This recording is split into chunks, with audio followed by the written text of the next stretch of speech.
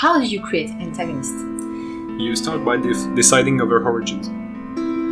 Okay, what do you mean by origins? The origins here will be mainly defined by the location the character is born in. I see. This allows you to realize which constraints she had to compose with, the first issues she has to go through.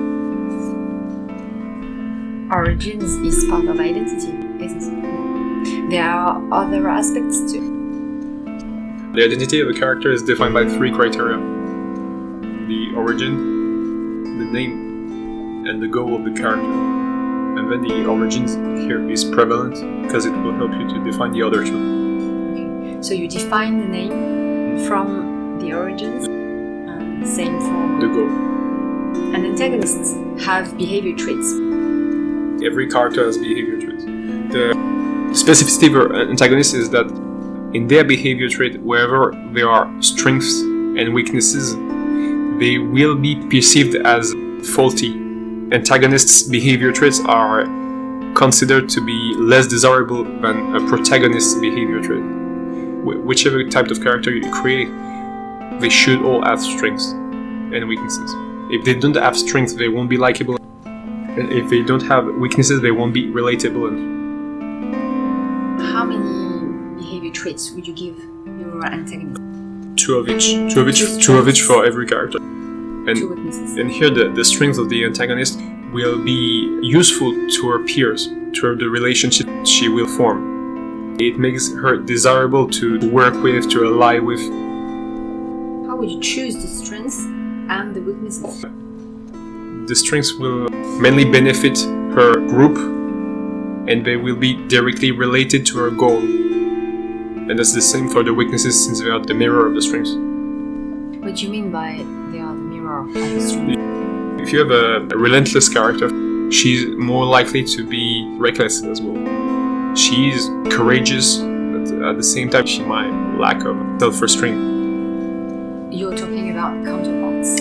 Mirror the strengths through the weaknesses. That's the easiest way to create a consistent character. To make her more consistent, you need to create relationships and alignment.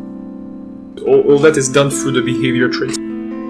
If she has certain strengths, she will attract certain people. If she's a courageous character, she'll need someone to reason her.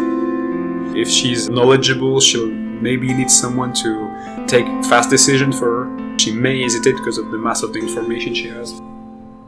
And what do you mean by alignments? In the origin part, the education of the character will define her view, her beliefs.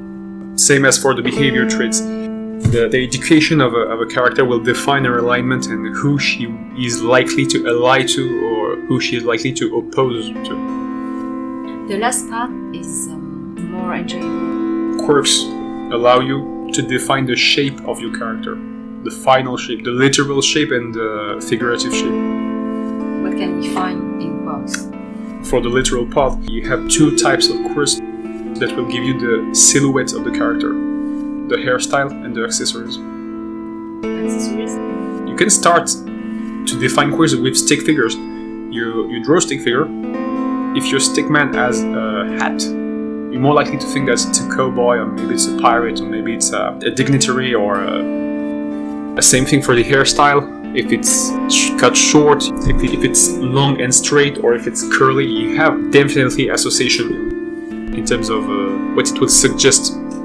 And same for the accessories. Now, if your character has a cane, or if she has a gun. Would you exaggerate? In the beginning, in the early stages of the character design, create clear shapes. You don't want to be subtle in the beginning. You just want to be clear. And that goes for the writing as well. You don't want to sacrifice clarity for style. At least phrase.